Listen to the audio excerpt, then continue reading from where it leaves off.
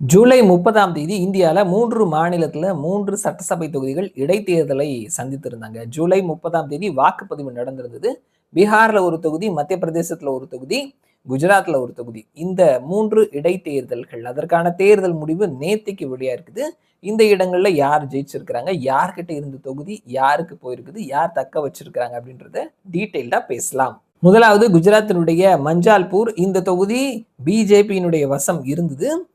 இந்த முறையும் பிஜேபி தான் இந்த தொகுதியை கைப்பற்றி இருக்கிறாங்க.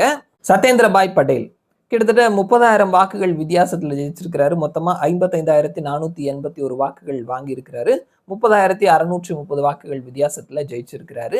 காங்கிரஸ் வேட்பாளரை விட பிஜேபி இந்த தொகுதியை கைப்பற்றி இருக்கிறாங்க. அண்ட் அடுத்தது மத்திய பிரதேசத்தினுடைய தாதியா தொகுதி. இந்த தொகுதி ஏற்கனவே காங்கிரசினுடைய வசம் இருந்த தொகுதி. இந்த முறையும் காங்கிரசினுடைய வேட்பாளர் தான் ஜெயிச்சிருக்கிறாரு. ஞான் ஷியாம் சிங் இவர் தான் ஜெயிச்சிருக்கிறாரு. 6,016 வாக்குகள் வித்தியாசத்துல ஜெயிச்சிருக்கிறாரு. மொத்தமா 66,757 வாக்குகள் வாங்கியிருக்கிறார் அப்படின்றத கவனிக்கிறோம். பிஜேபி வேட்பாளரை வீழ்த்தி இவர் ஜெயிச்சிருக்கிறாரு. அடுத்தது பெரிதும் எதிர்பார்க்கப்பட்ட பீகாரினுடைய பான்கிப்பூர். இந்த தொகுதி 32 ரவுண்ட் முடிஞ்சதுக்கு அப்புறமா ஜன்ஸ்வராஜினுடைய தலைவர் பிரசாந்த் கிஷோர் இந்த தொகுதியில ஜெயிச்சிருக்கிறாரு.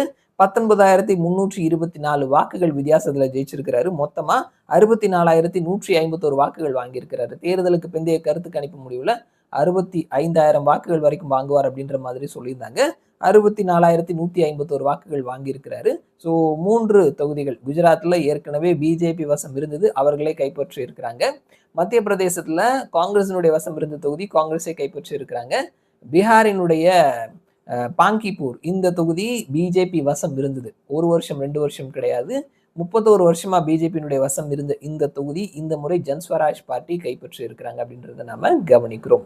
ஸோ 3 தொகுதியில 3 பேர் வின் பண்ணியிருக்கிறாங்க. ஜன்ஸ்வராஜ் ஒரு தொகுதி பீகார், குஜராத்ல பிஜேபி அண்ட் மத்திய பிரதேஷ்ல காங்கிரஸ் ஜெயிச்சிருக்கிறாங்க அப்படின்றத கவனிக்கிறோம். ஸோ இதுதான் இடைத்தேர்தல் முடிவுகள். மறுபடியும் நான் உங்களை இன்னொரு வீடியோவில் சந்திக்கிறேன். அது வரைக்கும் நன்றி.